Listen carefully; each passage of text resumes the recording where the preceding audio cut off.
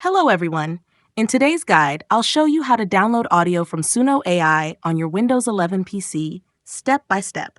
Let's get started. Step 1. Open any web browser on your Windows 11 PC and go to the Suno AI website. Step 2. If you already have an account, log in using your credentials.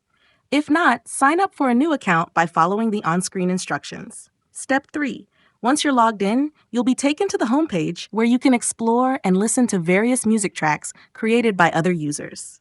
Step 4. To create your own music, click on the Create button at the top of the page, then select the Simple option to proceed. Step 5. Now choose a song type from the available options.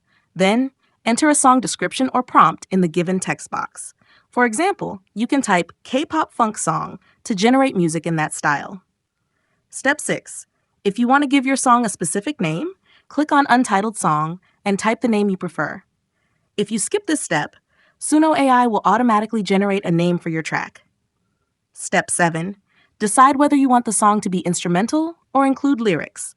You can select your preferred version by simply clicking on it. Step 8. After setting everything up, click on the Create button.